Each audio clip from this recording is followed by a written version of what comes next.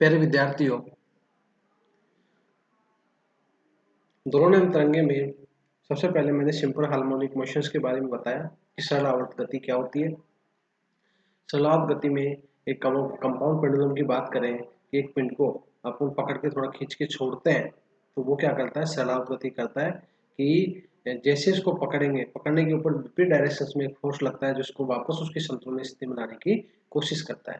तो इसलिए जैसे उसको छोड़ते हैं, छोड़ने के बाद में वो गति करेगा, दोलनी गति करके वापस अपनी पूर्व स्थिति में आने की कोशिश करता है। तो इसके ऊपर दो तरह के फोर्स कार्य किए थे, F इक्वल टू माइनस का kx, जो कि उसको वापस अपनी पूर्व स्थिति में लाने की कोशिश करता है। तो वो वह प्रत्यानयन बल होता है। और एक फोर्स लगता है F equal to M D square X upon D T का स्क्वायर, जो कि उसको गति करने देने में प्रदान करता है। अब यहाँ पे हम एक अवमंदन बल तथा उसके प्रभाव में जो कण की जो गति होगी, उसका जो इफेक्ट होगा, उसके बारे में पढ़ेंगे कि अवमंदन बल एवं अवमंदन बल के प्रभाव में कण की गति, damping force and motions of A particle under the action of the damping force, इसके बारे में स्टडी करेंगे। तो सबसे पहले क्या करेंगे, अवमंदन बल। अवमंदन का मतलब इसमें मंदन उत्पन्न हो गया, इसमें डैम्पिंग फोर्स इसमें अप्लाई हो गया, अर्थात इसमें जब दोलक गति करता है तो उसमें किसी न किसी प्रकार की कोई मीडियम माध्यम की आवश्यकता होती है। तो इसमें मैंने क्या किया, एक अवमंदन बल काम में लेंगे तो इसमें कोई मीडियम है, जो मीडियम क्या करेगा, उस दोलक की गति को कम करने की कोशिश करेगा। और उस मीडियम लगाने के बाद में ऑटोमेटिक दोलन एक पोजिशन के बाद में अपने आप ही दोलन करना रुक जाता है।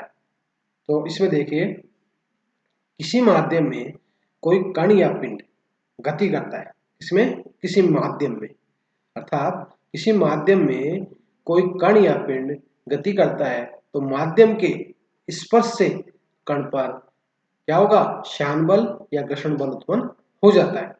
फलतः पिंड का जो वेग है तथा गतिज ऊर्जा, पिंड की जो वेलोसिटी है तथा उसकी काइनेटिक एनर्जी, उसमें लगातार क्या होगी, कमी होती। कमी किस कारण से आएगी, इस मीडियम में गति कर रहा है, तो मीडियम में गति कर रहा है तो इसके ऊपर क्या लगेगा, घर्षण बल लगेगा जो कि उसको दोलन करने से रोकेगा। और अंत में पिंड क्या हो जाएगा, या जो भी मेरे पास पिंड या कण, वो क्या हो जाएगा, स्थिर हो जाता है। इसलिए इन बलों को अवमंदन बल कहते हैं। पहले एक ऐसा फोर्स लगता है कि जो उसको वापस क्या कर लेगा, रोकने की कोशिश करता है और पिंड को स्थिर कर देगा। तो यह बल क्या कहलाएगा, असंरक्षित प्रकृति का होता है, नॉन कंजर्वेटिव होता है।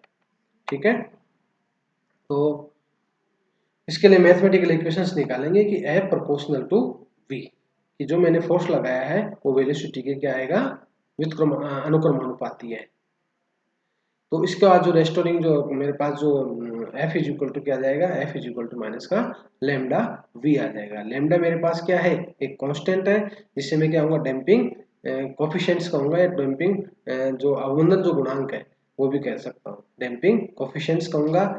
और यह नेगेटिव चिन्ह ये प्रकट करता है कि जो दोलन कर रहा है उसके अंदर क्या करता है, विपरीत दिशा में ये लगता है, इसलिए नेगेटिव चिन्ह यहाँ पे ये प्रकट कर रहा है। तो इसलिए किसी भी पिंड के ऊपर जो अवमंदन बल होगा उसकी वैल्यू होगी F is equal to minus का लैम्डा V। तो इस समीकरण नंबर 1 प्राप्त हो गया। अब इस समीकरण 1 को मैं इस प्रकार भी लिख सकता हूँ कि F is equal to minus का लैम्डा V था। इस फोर्स को मैं ये भी लिख सकता हूँ कि F इज इक्वल टू में m into D V upon D T, क्योंकि फोर्स की जो वैल्यू है वो न्यूटन के नियम के अनुसार मास इंटू एक्सेलरेशन के बराबर होती है। तो मास और त्वरण दोनों का मल्टीप्लिकेशन किसके बराबर आता है, फोर्स के बराबर आता है।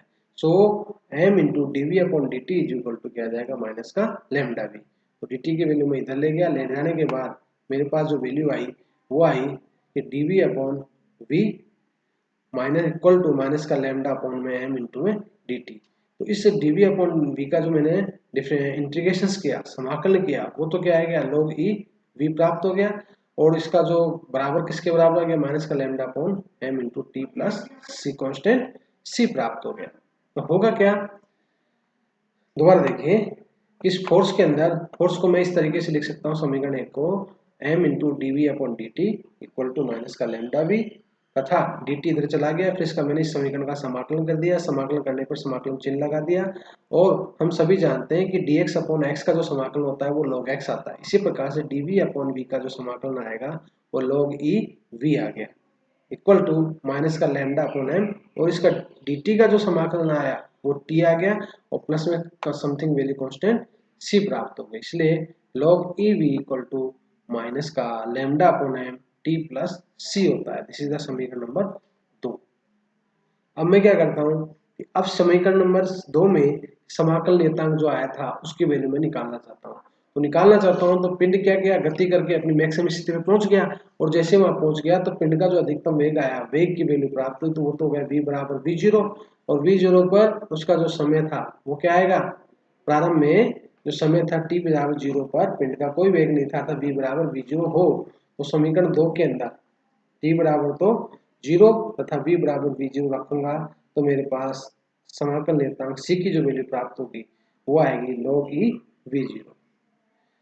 ये समीकरण नंबर 3 आ गया। और समीकरण नंबर 3 को समीकरण नंबर 2 में रख देता हूँ। समीकरण 3 को समीकरण नंबर 2 में रखने पर मेरे पास क्या आएगा,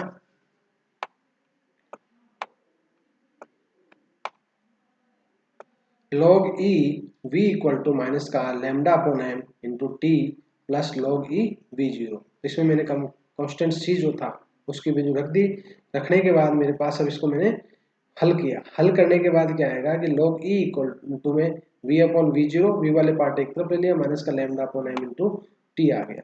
अब इस log को मैं हटाऊंगा तो इससे क्या आ जाएगा, v इक्वल टू में v0 इंटू e की पावर माइनस का लैम्डा टी अपॉन एम आ गया। क्यों? क्योंकि v अपॉन v0 से मैंने जब log हटाया तो log चला गया इधर, तो e की पावर माइनस का lambda upon M into T प्राप्त हो जाएगा। तो v की जो वैल्यू प्राप्त हो गई वो प्राप्त हो गई v बराबर v0 इंटू e की पावर माइनस का लैम्डा टी अपॉन एम प्राप्त हो गया। अर्थात जो अवमंदन बल के कारण जो पिंड का जो वेग है उस समय के सापेक्ष क्या होता है, चरघातांक के रूप से कम होता जाता है। तो समीकरण नंबर 4 क्या कह रहा है, क्योंकि e की पावर माइनस का लैम्डा टी अपॉन एम आ रहा है, तो इसलिए क्या हो रहा है कि समीकरण नंबर 4 से ये स्पष्ट हो रहा है कि अवमंदन बल के कारण जो पिंड का जो वेग है वो समय के सापेक्ष क्या होता है, चरघातांक के रूप से कम होता जाता है। इसको मैं फॉर एग्जांपल ये जो चित्र है इससे भी अपन समझ सकते हैं कि पिंड का जो वेग v और समय t के मध्य समीकरण नंबर 4 के अनुसार मैंने जब इसका ग्राफ प्लॉट किया तो मेरे पास ग्राफ इस तरीके से आता है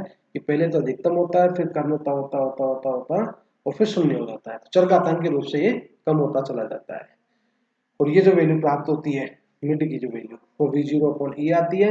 ये समय इसी समय t के ऊपर अपन इसकी वैल्यू देखना चाहिए।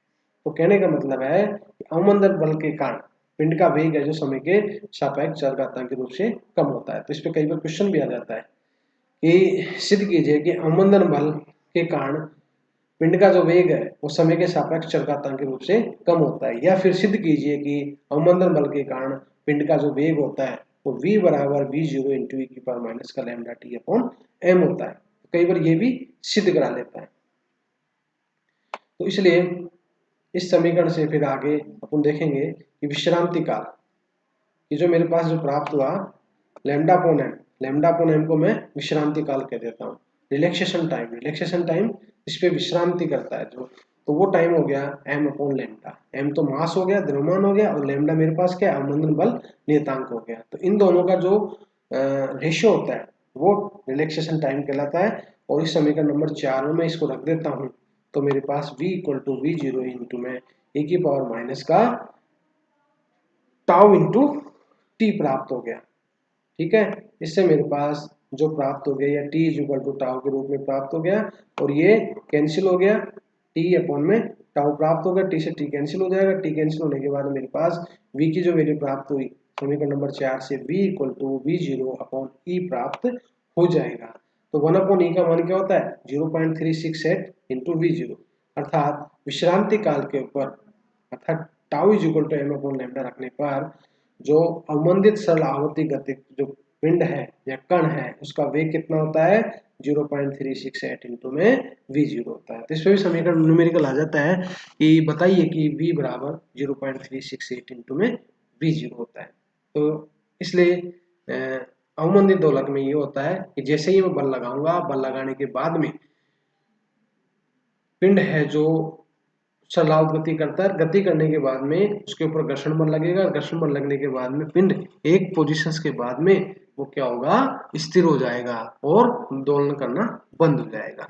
तो दोलक का जो वेग होगा वो होता है v equal to V zero into में की पावर माइनस का lambda T upon M. T time है, लेमडा मेरे पास जो है वो अवमंदन बल नियतांक है, एम द्रव्यमान है, इसलिए वेग का मान जो प्राप्त हुआ v equal to V zero into की पावर माइनस का लेमडा टी अपॉन एम होता है। अब इसके बाद में हम अवमंदित सरल आवर्ती दोलक के बारे में पढ़ेंगे। अवमंदित सरल आवर्ती जो नेक्स्ट टॉपिक आएगा मेरा वो अवमंदित सरल आवर्ती दोलक के बारे में आएगा कि डैम्प्ड सिंपल हार्मोनिक ऑसिलेटर क्या होता है।